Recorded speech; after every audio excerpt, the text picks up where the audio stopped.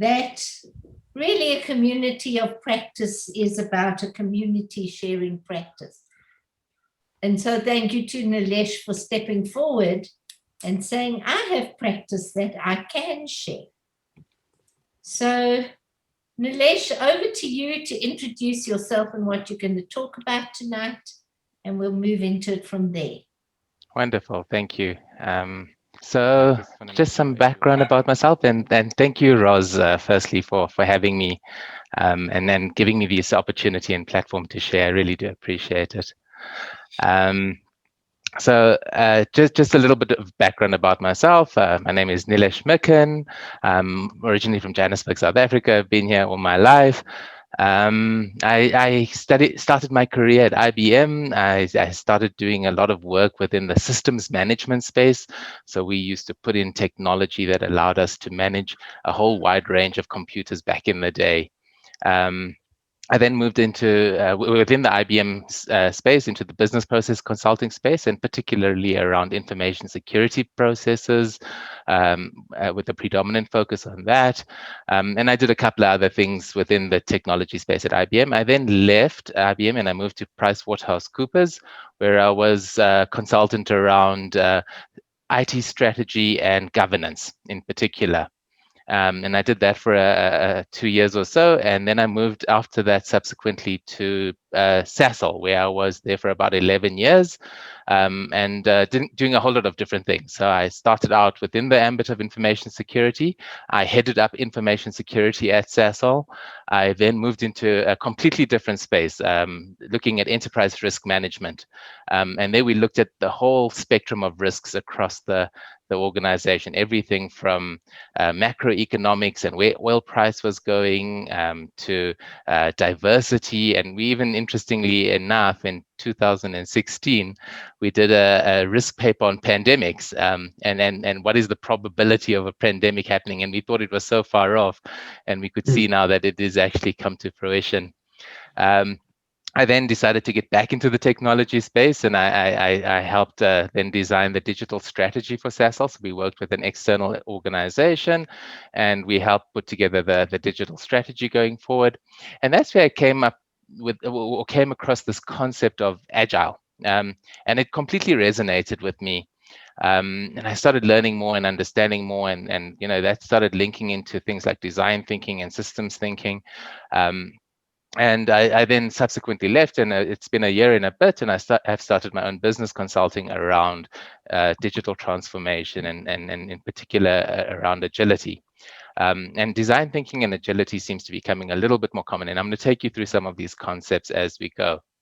So that's kind of my background, and where I am. So today I want to talk to you a little bit around this concept of courage, and I'll tell you why. I'll take you through why courage is important. But before we do that, I just want to have a little bit of an icebreaker, right? Just to get the mind and the juices flowing. So I'm going to open the chat window. If you please open your chat window, and I'm going to ask you just a couple of questions, which you can please type into the chat window. The first question is, fill in the blank. When I dance, I look like.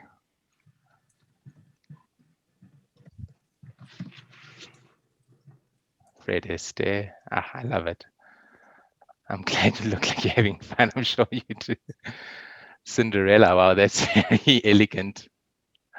A rock star. Sean. Feeling the vibe. Great. The second question is, describe your personality using ice cream flavors.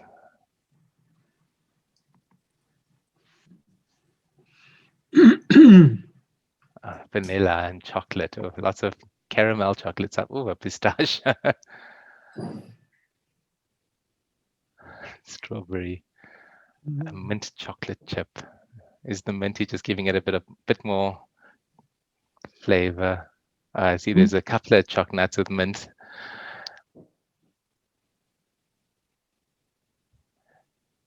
Butter pecan.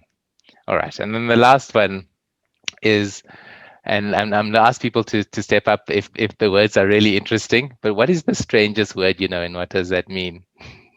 Or you don't have to even say what it means. Just put the word up, and we'll see if there's any interesting ones that you're willing to share. Taradiddle. That sounds lovely. I'd love to know what that is, Nareen. Discombobulated. I love that word. Samia, please tell me what doppelhast. I don't even know how to pronounce it.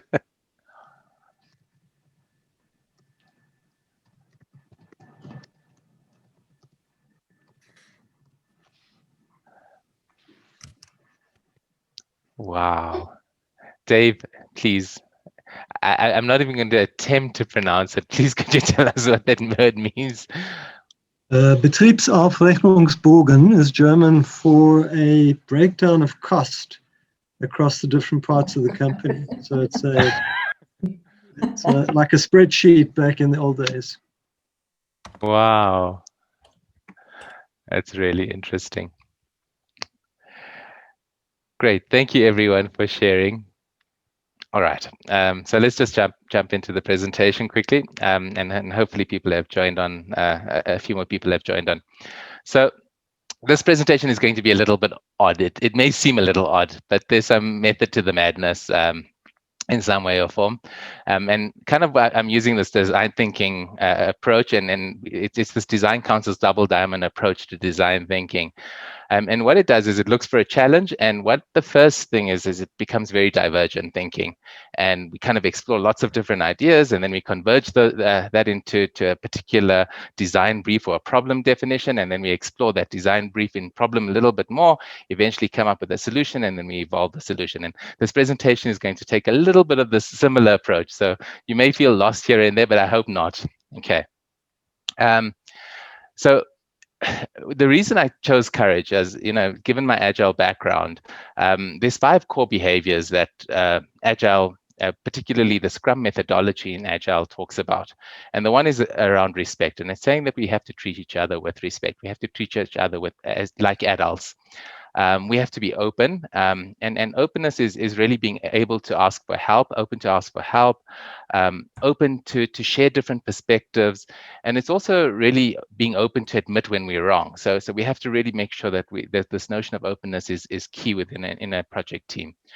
We also have to have some level of commitment to a team. So making sure that, you know, if you say you're going to do something, that will be done. And it's as simple as that, because there's no real manager, there's no real person that takes full ownership for anything. It's a cohesive team. So commitment is essential to make sure that the team performs. There's also this notion of focus, so making sure that the team is focused on a particular task. And we're going to just explore this notion of courage a little bit more and what it means to have courage. So I often like to start with the dictionary definition of courage. And the dictionary definition says that it's a mental or moral strength to venture, persevere, and withstand danger, fear, or difficulty. And that really means that, you know, we have to make sure that we have this ability to continue to move forward. And this is my daughter with her cousin and a friend. My daughter is the one with the book that says Impossible Parents, and I think it's true to some extent. And we were in Mozambique, and we love reading. And when she was younger, she now reads herself, unfortunately, and she's really into Harry Potter. But when we were younger, I used to read a lot to her. And one of the books I read to her was this book called Scary Squirrel. And I'm just going to talk to you what Scary Squirrel was about. So Scary Squirrel never left his nut tree. He spent every day in his nut tree. He had his daily routine where he kind of woke up, he ate a nut, he watched the sunrise, walked around the nut tree, you know, ate another nut. And pretty much he had this diurnal routine that he did every single day. And outside of the nut tree, there was this unknown. He really didn't understand what the unknown was afraid to venture into the unknown. And he was also afraid of, besides the unknown, a couple of other things, right? So he was afraid of green Martians. He was afraid of killer bees. He wasn't too thrilled with tarantulas or poison ivy. And I think given where we are with COVID-19, We are all afraid of germs at the moment, as Scary Squirrel was, and he was also afraid of sharks. As a good risk manager, like I was, you have to have your risk plan in place, right? So Scary Squirrel had his risk plan in place. He had his hard hat. He had some antibacterial soap because we all know we must wash our hands for 30 seconds when we get home. He had calamine lotion. He had parachutes. He had bug spray. He had his mask, as we all do now, and rubber gloves. He had his net, bandit, and sardines. And what Squirrel also had is that he had an emergency plan. And this is a dramatization, but effectively, in case of an emergency, Scary Squirrel needs to first panic and then run, get the kit, put on the kit, consult the exit plan, and exit the tree only if absolutely, definitely, truly no other option existed but to exit the tree. And then what happens is that this killer bee appears, and Scary Squirrel jumps in panic and knocks his emergency kit out of the tree. And this is not part of the plan.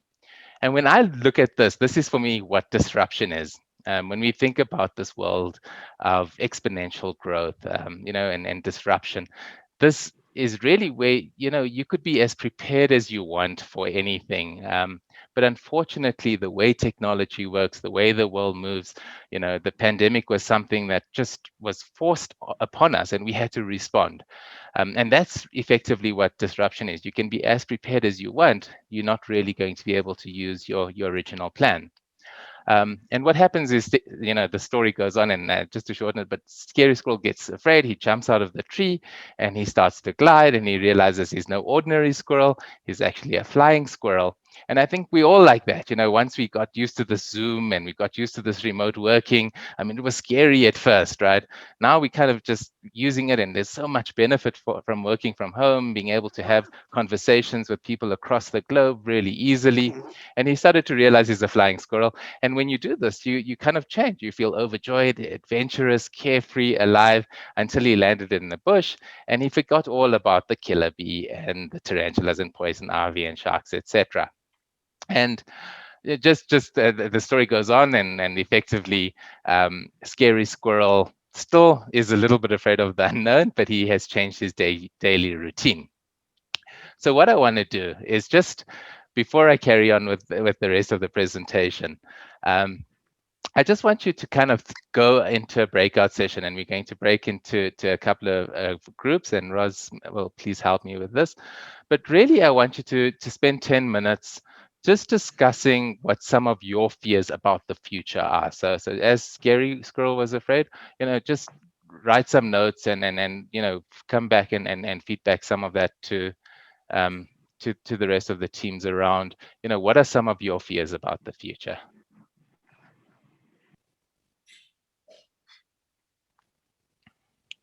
Okay, I think we're back, Nilesh. Great, thank you. So maybe just going across the screen, maybe some people can share what some of their fears were.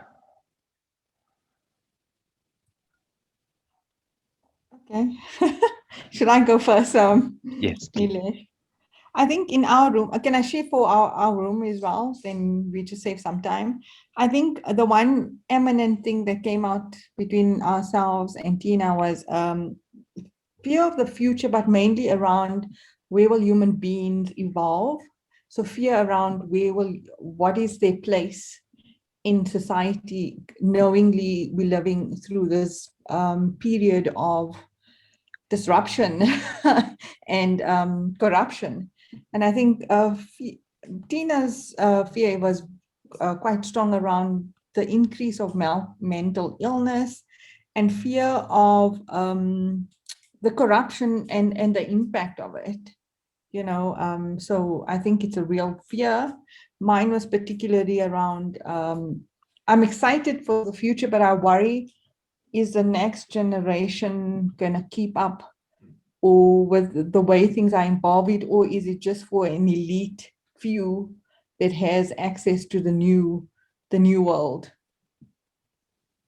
Yeah, so that was us. That's wonderful, thank you.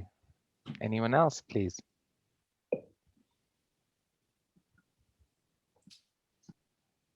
Yes, Perspective. Hi, we were group 2, and I think some of the fears, and I'm going to summarize for the room. And if I'm wrong, any of my Alan, Yes. sorry, Alan, can I interrupt you? We're not hearing you well. Okay, hold on. Chanel, we'll come back to you in a sec. Is that better? Little bit. Okay, hold on a sec. Is that better? Yeah, a little bit. Okay. All right. Apologies, folks. I was born before computers, so technology catches me. Really, but in terms of our group, I think the important one of the things is the whole impact of where COVID is going to lead us to. In other words, all this we had this knee jerk or quick reaction to things, but it's taking time. There's some of the stats is different, and people are now worried about various things because there's no common measure. The measures are different. So some people say there is a problem, some people don't. And over time, how are we going to get ourselves into a new place? And because COVID has brought to life a lot of the issues that was, for want of a better word, skirted under the table and now need to be addressed and quite seriously. So that were some of them. And then also what Eugenie brought up was quite interesting, is how in the creative industry where she's involved in, how things are working together, where people are now coming together to say, how can we do something to constitute and get a better life for us all? And that's the type of things. There were a couple of others, but I think it's how people are going to operate in the new world was the overarching theme and within our discussion. I hope I've done justice for the rest of my partners. Well, no, thank you for sharing, Alan. Chanel? Hi, good afternoon.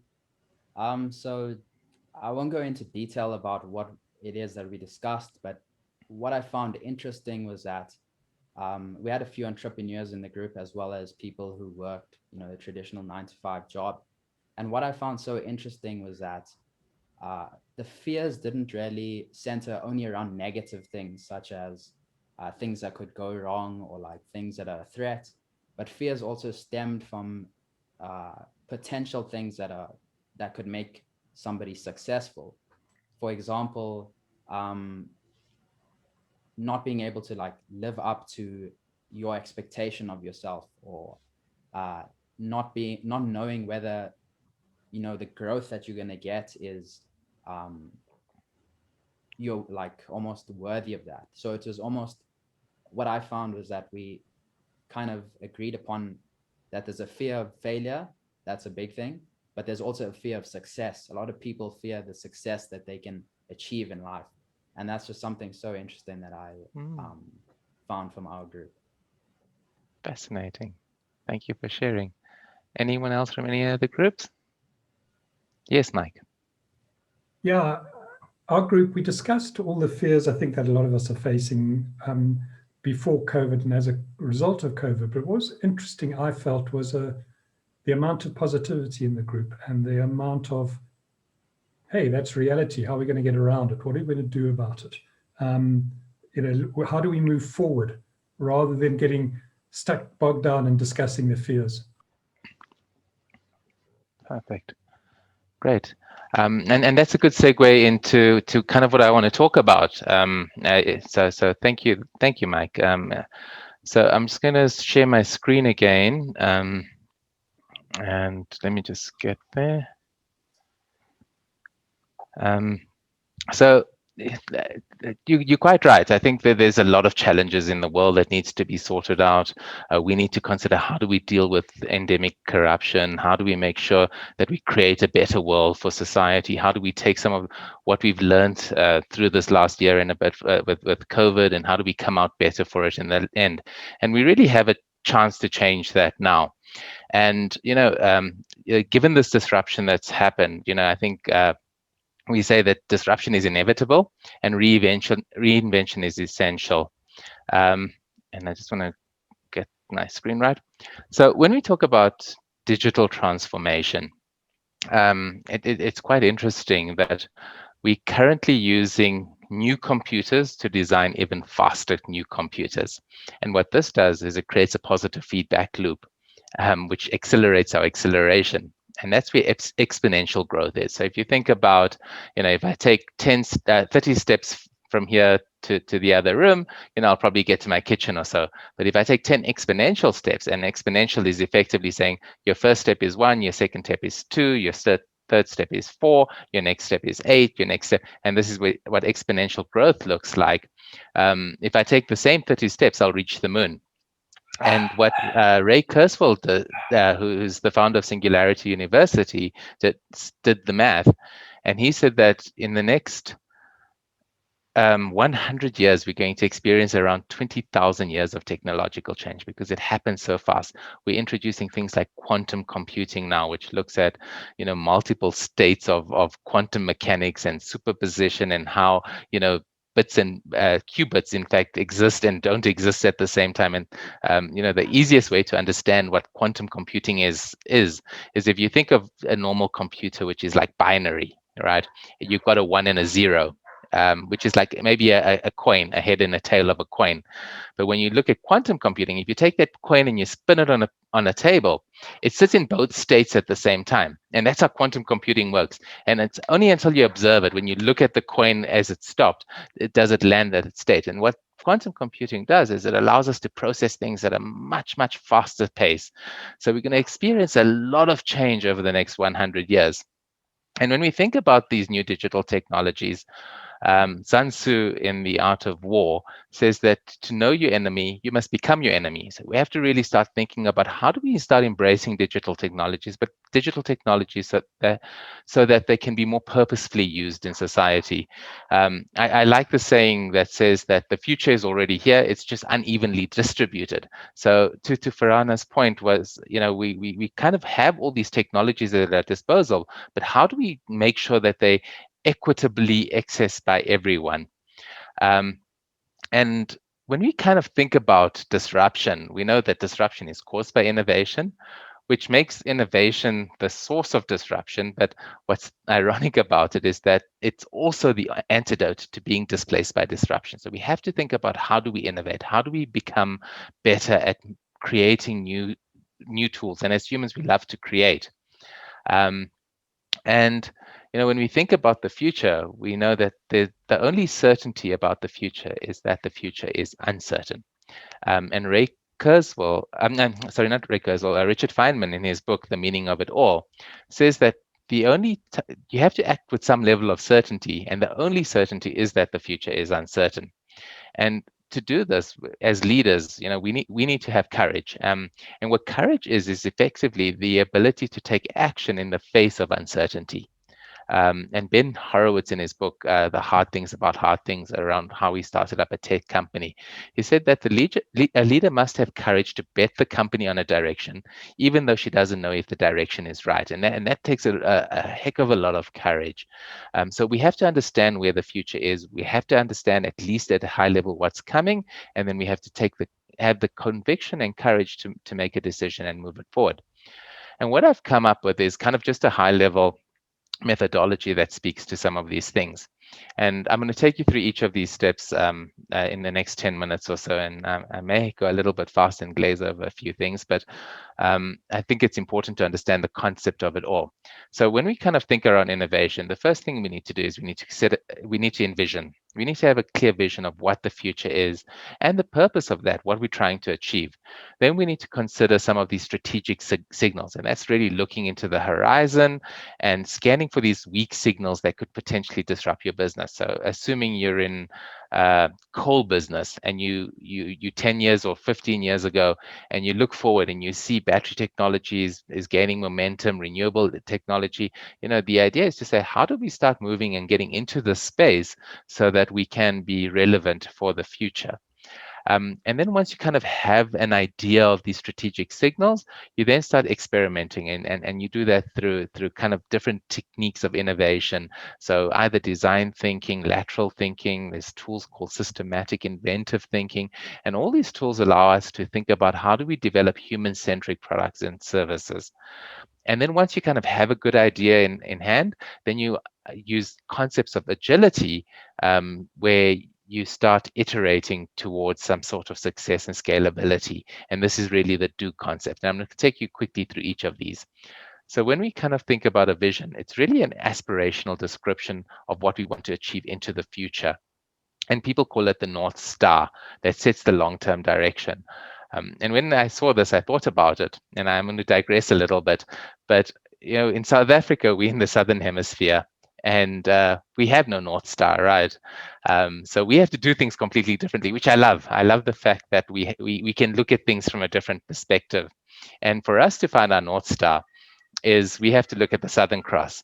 And the simplest way to understand where the celestial South Pole is to draw an imaginary line in your head from the Southern Cross all the way down. And then there's 2 pointer stars on the side.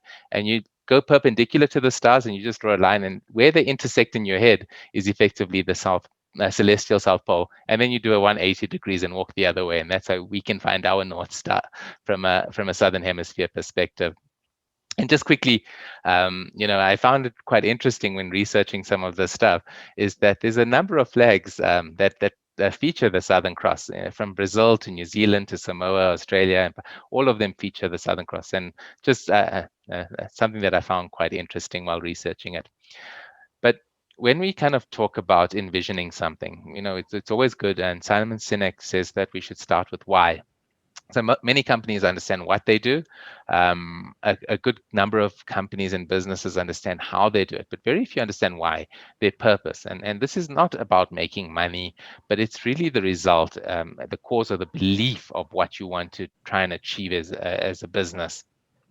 And to kind of just bring it all together, the one model I've come up with is that we kind of need to look at this on 2 axes, and the one axis is around the y-axis is around alignment, and the other axis is around autonomy. And I feel that these are directly correlated.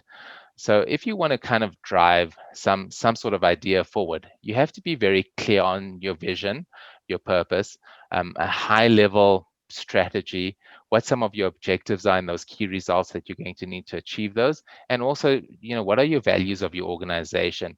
Because once you're aligned on those things, you can then provide more autonomy to people. The inverse is also true. If you're not clearly aligned on those things, you have to then start telling people what to do, and you become a more command and control organization. So we want to make sure that there's high level of alignment. And in order to do that, we have to have some level of transparency. So to make all these things known, I mean, I've worked at many companies where the strategies are developed at, in a boardroom at the top. It's not disseminated across the organization. No one really understands what they're doing and why they're doing it, and where the direction is. So transparency becomes key. The other 2 concepts we need to consider is that we need some level of trust. So trust from leadership all the way down to autonomous teams to be able to deliver, but also trust from the teams that the organization will be able to support them.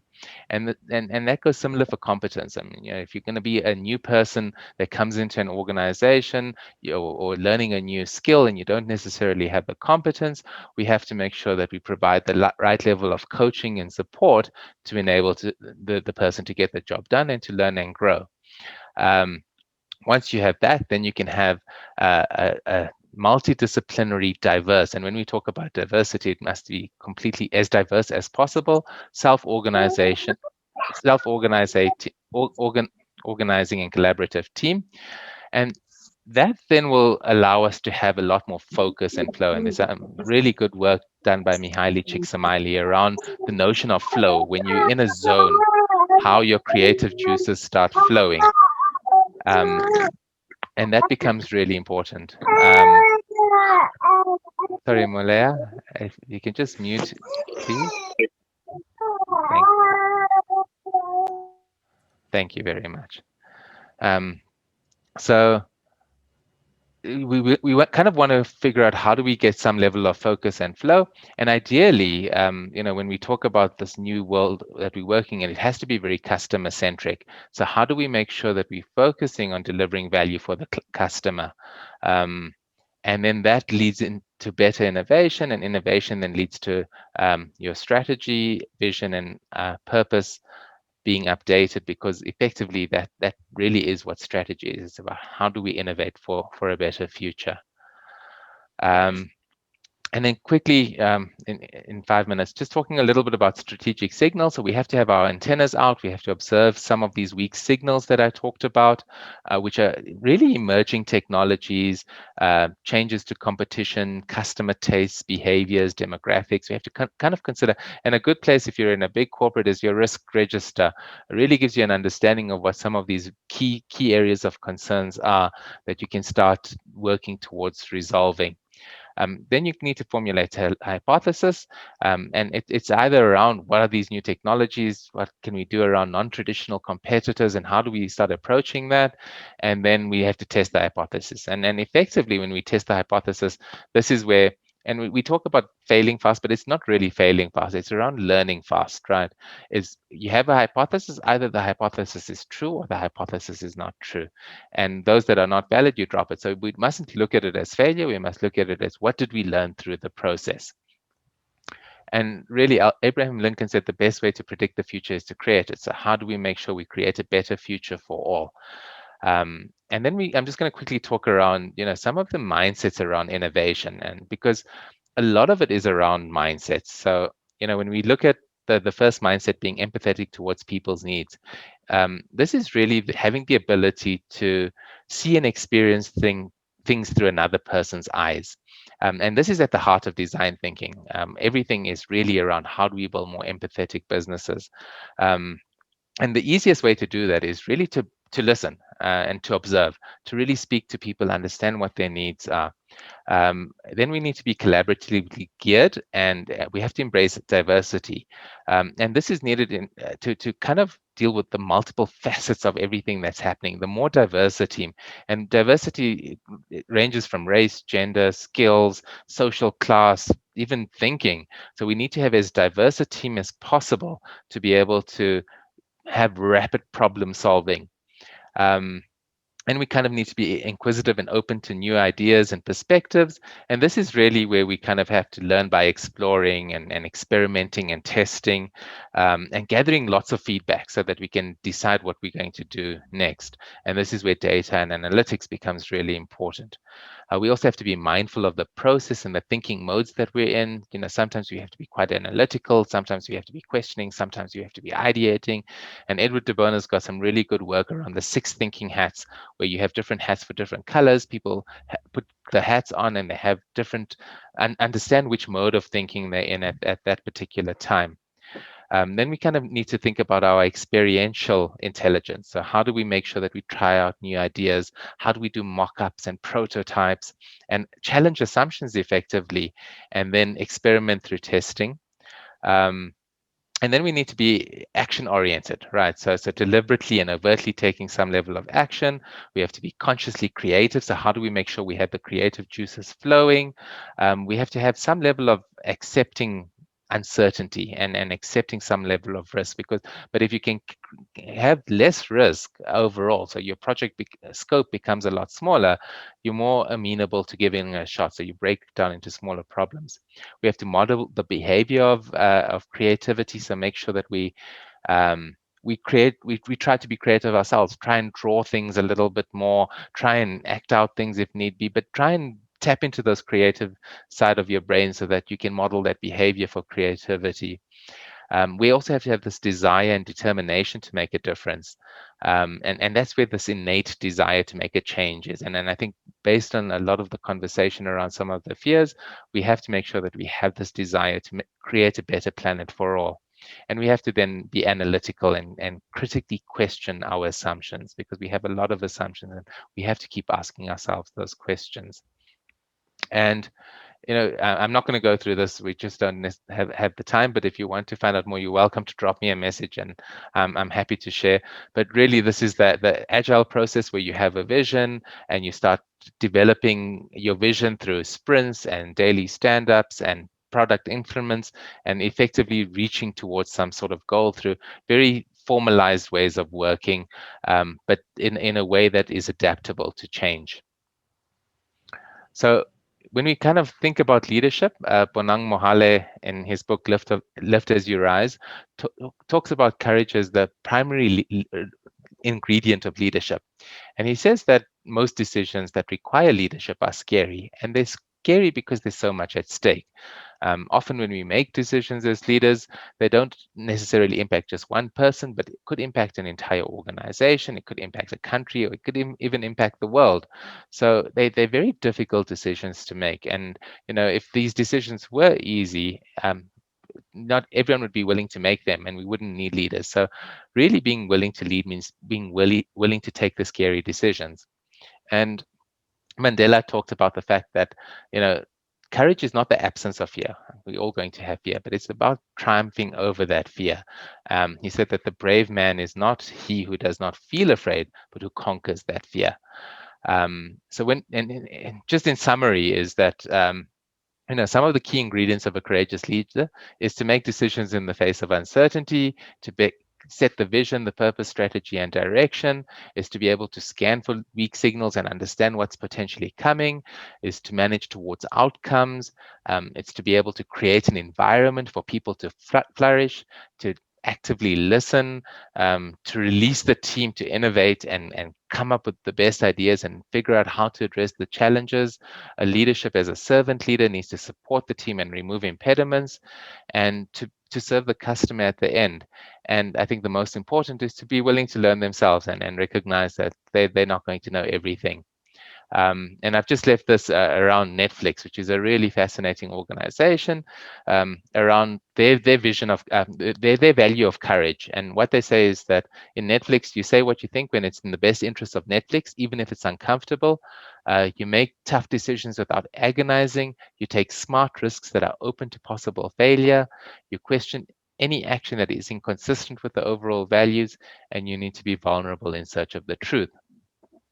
And just in summary, what we have to do is we have to test our limits of our courage, and we have to stand up in the face of adversity for your beliefs and strive to do what's right. And just kind of bringing it back to my daughter, her school, which is Kingsmead College, their motto is courage always. So, I implore you to please have courage always. And what I want you to do is just in the last 10 minutes, is I want you to break up and kind of based on the original exercise around fear. If you were a scary squirrel, what supplies would you need to pack in this age of digital disruption and rapid change and so much change? What supplies do you think you're going to need to pack to be able to withstand some of or be resilient towards this change? Okay, so everyone's returned. Maybe just again, if we could just get some feedback around, what are some of the tools we need in our kit to deal with this very uncertain future for the last 5 minutes. Chanel, I am muted. I think Mike had his hand up first before me. Okay, sorry. Okay, Mike, welcome to go first. Yeah, it was an interesting discussion, and it was almost a two-edged one, and almost at the foundation of what we need going forward in this country is some of your basics that some of us never had, some of us had, like water, food security, electricity, and that's becoming more and more part of what we need going forward. But then on the complete other side of things, with things like flexibility and exploring mind, strong values, positivity, resilience, creativity, focus, and vision. That's some really important. I like to sum it up. It's kind of grit. We need kind of grit going forward, right? It's kind of the summary of everything. How do we take that the whole basket of those things? Chanel? Okay, I'll just summarize what was discussed in our group. And very similar to Mike's group, we found that there were physical things that we need moving forward, but there were also conceptual frameworks that we needed to develop moving forward. And one thing that we found is that we're obviously a very diverse group of people in the world.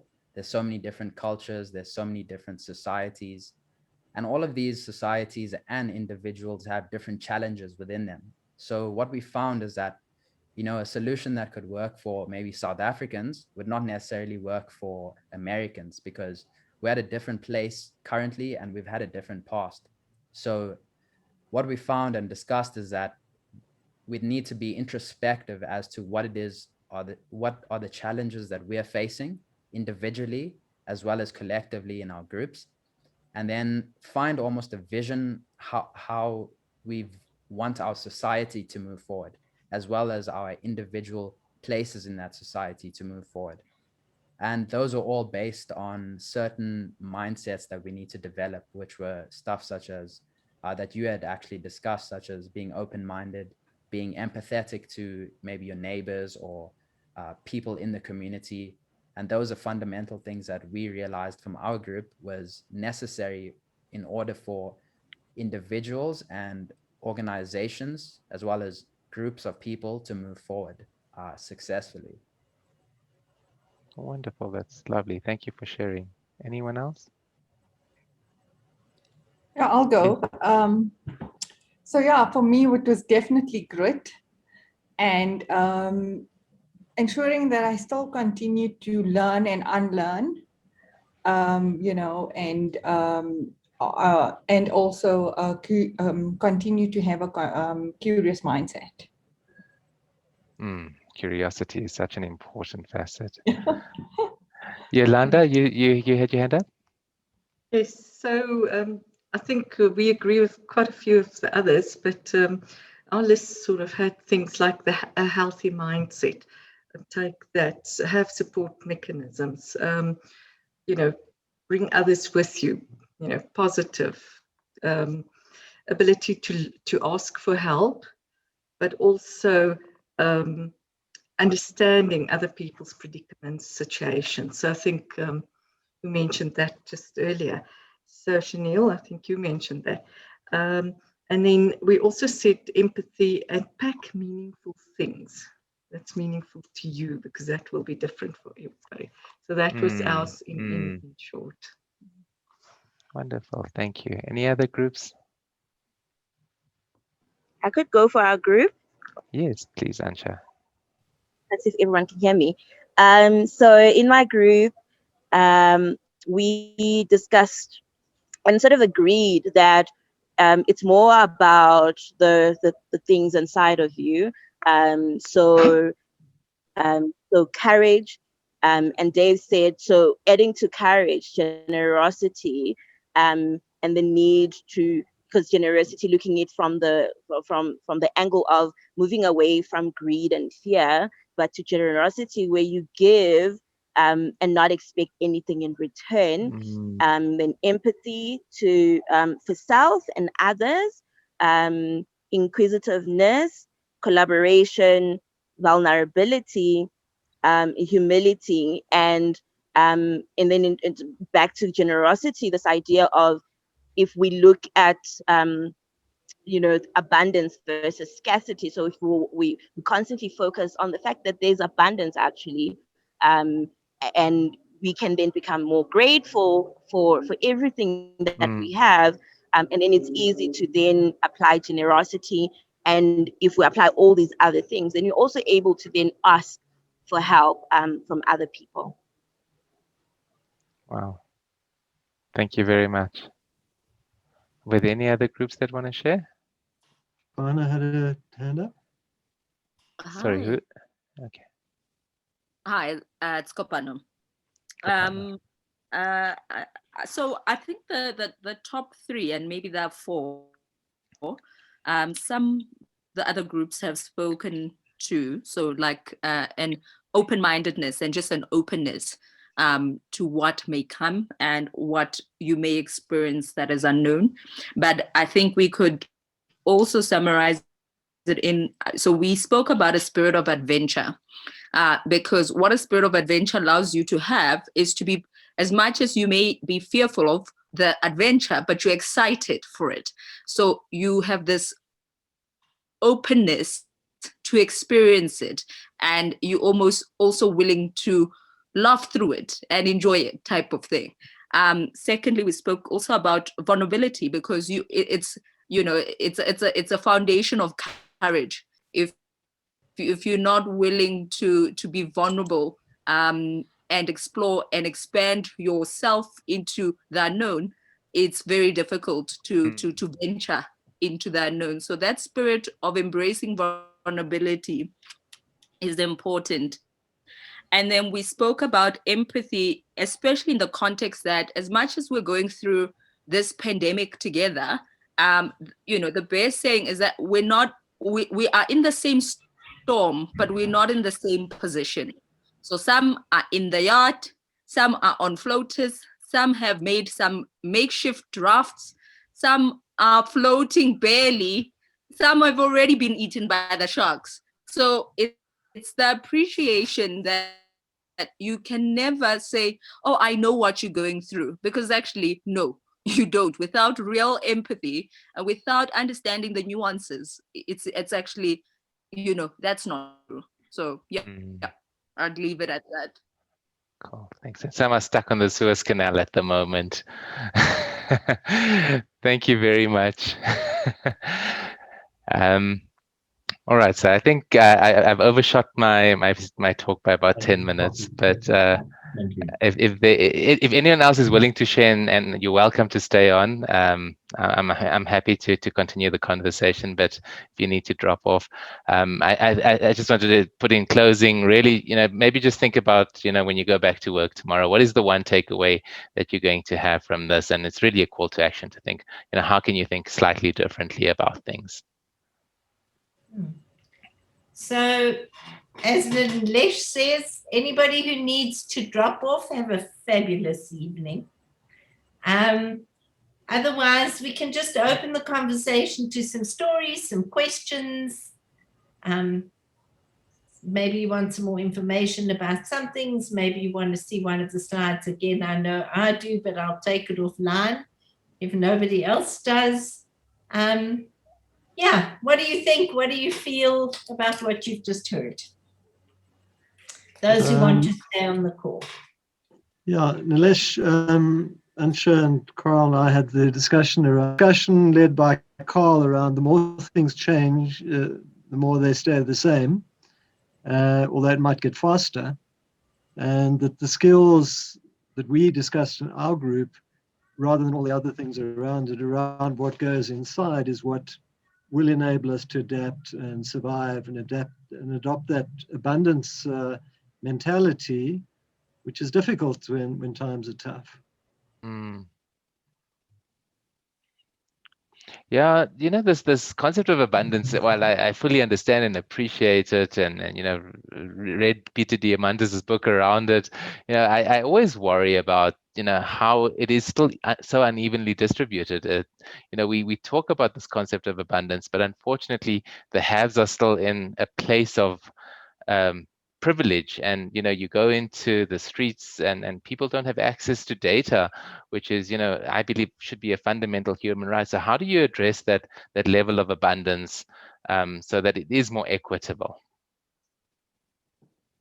And it takes a concerted effort, right? I think we probably at a position now where we, when I use that analogy of to the moon as an example, we have to make sure that we take 30 right steps, because if we take 30 steps now and in 10 years we kind of reach the moon, but the moon is not the destination that we are shooting for, it's very difficult to come back and change direction. So we have to I read a lovely little blurb that talked about Back to the Future, or we look at all these movies that go back to the future, and you go and you make a change in the past and it has this ripple effect into the future. And I'm saying, why don't we just make that change now? We know what the future is about. How do we make sure that we make the right decisions now so that we can move in the right direction? Nilesh, I think really you'll never know what is the right decision. On hindsight, yes. Oh, I made the right decision then. But the future by its very nature is uncertain. So we actually have to live with that kind of uncertainty. Because what's happened in the last year with us as people is that our fundamental basis for living. If you have a look at Maslow's hierarchy, you'll see right at the bottom we need, firstly, is air to breathe, that kind of thing. And yes, COVID is right there as denying us the ability to socialize, for starters. It's denying us the ability, and so we live with fear. But the next step is insecurity, because our future has changed, and we have to come to grips with what our future holds. And you've raised some very interesting points about mindset and communication and knowledge, because when you put people into a situation where their roles change due to an influx of new information, you'll see that the leadership of the group will change as that new information becomes available. So the leaders themselves will change, and that's really a highlight for me. Is that as we go forward in this thing, we're going to have to come to grips with uncertainty as a reality. We've always been there. Humankind has always been there. We don't know what's going to happen tomorrow. We would certainly like to. It'll make things damn sight easier. And yes, the exponential steps to the moon when we should have been trying to go to Mars will haunt us forever. Okay? Because our history as human beings is littered with those things, absolutely littered with them.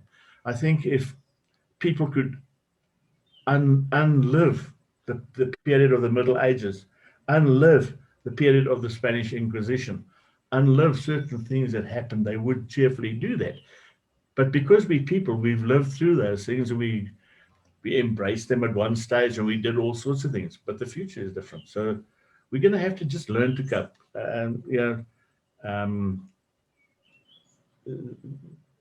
The Nike logo says it all. Just do it. No one's going to cry for you for your past. No one's going to try and fix anything up that went on. They're just going to say to you, okay, pull yourself together and get on with it. That's it. And I think that's really what has to typify human beings as we go on. Obviously, tools like Agile make it a lot easier because you're constantly working on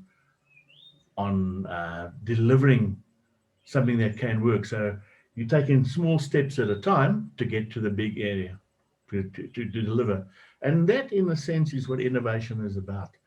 The many small steps that make up that giant leap for mankind. And I think I've now said enough, because I think I'm wearing out my time and yours.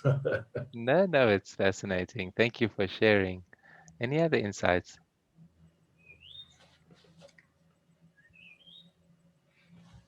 Nilesh, I wanted to check with you. Is there a software that has got the agile process that one can utilize if you've got a lot of projects? So there are lots of software tools. We're using one called ClickUp at the moment, which is a really nice, so you just search for ClickUp. And then if you really want to, I can share, I'll go online and I can share some methodologies that are available online that you can follow. But there's very many different types of methodologies for Agile. Agile is more, like we talked about the innovation mindsets. Agile is also a mindset, and it's a set of systems and values and principles that allow you to think differently about how do you address the world. But if you are interested, just drop me a message. If you go to my website, Padawan Consulting, which is on the presentation, I'm happy to take you through maybe for half an hour, just around what conceptually what Agile is and how you can maybe think about leveraging it. Okay, thank you so much. I'll be in touch. No problem. Any other perspectives? Could I just add a perspective? Please. I think one of the things, and Dennis I think alluded to this as well, is this whole issue of getting things done and just do it and so on like that. But one thing that I think And having been in innovation for a long time, I got used to it. But one thing that I found with the virtual world that we now live in and so on is that the gaps between the knowledge of people and others is growing exponentially. And that worries me, because I think in a country like South Africa, with like, even, you know, we were joking in our group where I didn't have stable fiber. People have access to data and all of those things. That gap is getting wider. And I think that's one of the biggest challenges that we're going to, as a South Africa, are going to face, is trying to bridge that gap while going forward and bringing everyone forward. Because the last thing we want to do is have a situation where the haves get a lot faster and further ahead than the haves not. We've seen it before, and the digital age is doing that. And with, you know, with all these Moore's laws and all of those things, it actually is something that we need to address to bring everyone up with it. Otherwise, we're just going to have a different version of apartheid in a way. Absolutely. You know, I think the World Economic Forum calls it the digital divide. And how do we start closing that digital divide? How do we make sure that there is more equitable access to all these lovely technologies? And stop maybe creating newer technologies, but how do we start making technologies available for more people? It's such an important challenge that we need to address as a society.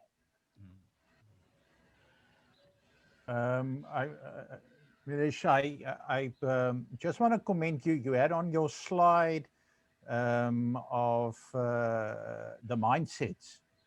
One of the points you had there, collaboratively geared and embracing diversity. And previously somebody referred to the fact that we're all in the same storm, but some are on floats and some are on boats. So we actually not in the same position in the same storm.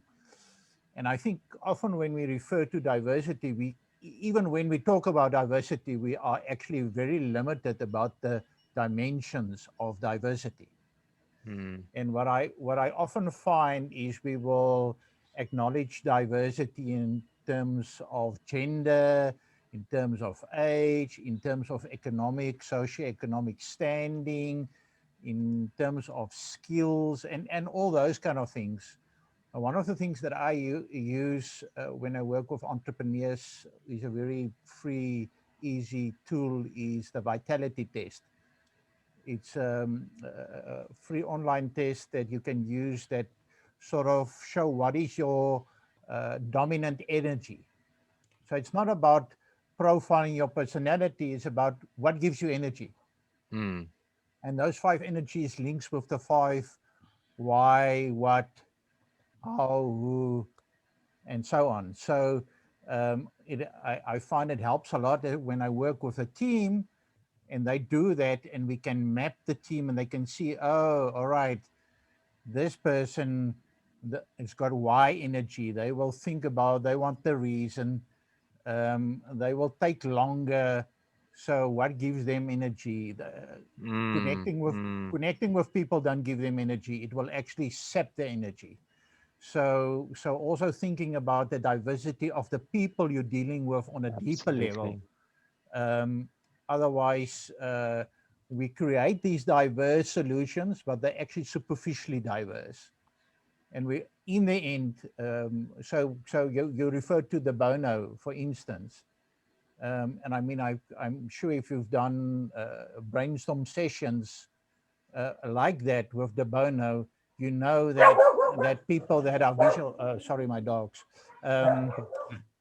people that are visual are quick, and they, in that brainstorming session, they will come up with hundreds of ideas, while the kinesthetic people that wants to sort of feel the thing, they've not even processed the question, and you want them to come up with ideas. And then if they don't respond quick enough in those kind of sessions, they're labeled as negative. So you really be careful in terms of team dynamics of what the people's profiles are and how they process information, what gives them energy, real diversity of individuals. That's a lovely point. Thanks, Carol.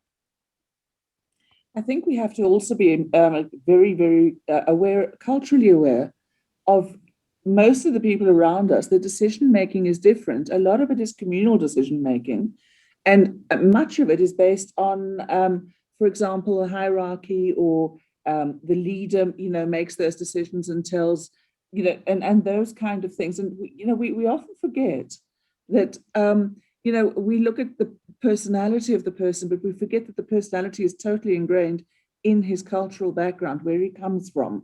What his society will think of him, what he's, for example, if he's come out of a village, what his village expects of him.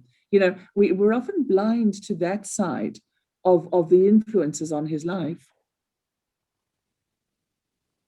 And how do we overcome that, Kate? Like, because if that is the case, people come into society from that background, and if you read, I think Melinda Gates' book around, I can't remember what it's called, lift, the moment of lift. But she talks about these women that come in from these very rural societies. They come into a big city, and they struggle to get the confidence to move forward, and the confidence requires some level of autonomy. And they kind of we're always waiting for who's going to tell me what to do, or how do you believe we can overcome that? Do we need to overcome it? Is my question.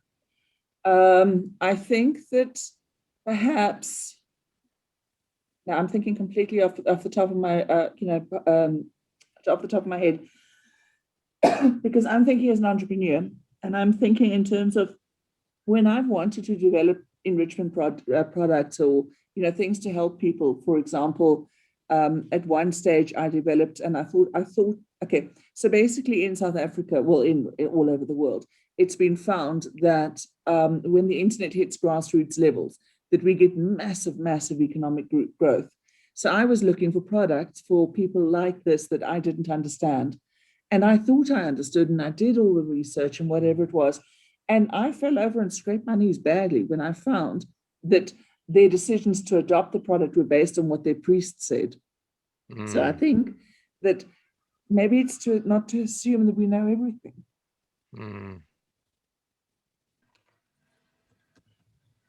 Very interesting. I think if I may come in, please. Sorry, Rose. No, go ahead, Sibusiso. There's something that we need to understand as human beings, that we've got different perceptions, and we use different perceptional frameworks. And once you accept that, then it's easy to have an open mind rather than being adamant that your perception is the only perception in the world. In physics, we talk of your frame of reference. It's important to understand that your frame is not the only frame of reference that is out there. Thank you. So I think you're right. I think that's what I was trying to say, is that one thinks one's doing something, but you forget that it's outside of your frame of reference. There are things that you just cannot be aware of. When we talk about frame of reference, we're really talking about a worldview. And your worldview is determined by the way you were brought up, what you read, the way you've lived.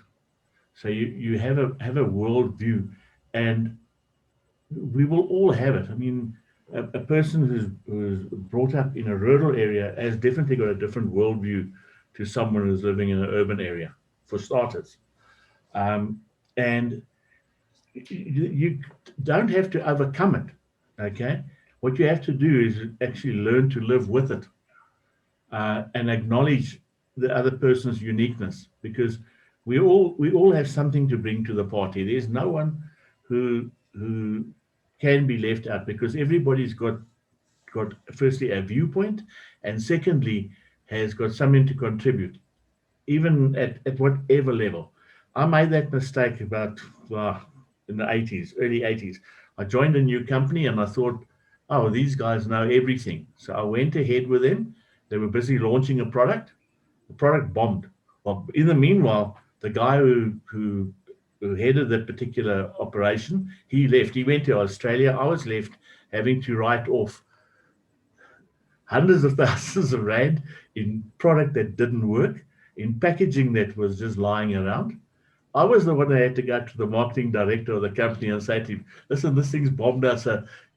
Sorry for you, but we're just going to have to write off R500,000. And that was in the 80s, so that was worth something then. And I learned a bitter lesson then that no matter who and what you are, you're not employed because you've got a pretty face or that you could supposedly have better skills. You're employed there from day one that you can actually talk and say, listen, I don't agree with this viewpoint, because your viewpoint might just mean that someone doesn't make a mistake. And we spoke about the journey of 1,000 miles being taken exponentially. It's exactly that. When we think that we know it, and we actually don't, because it's determined by our worldview. That particular mess was determined by the viewpoint of people who would not listen to market research. They knew better.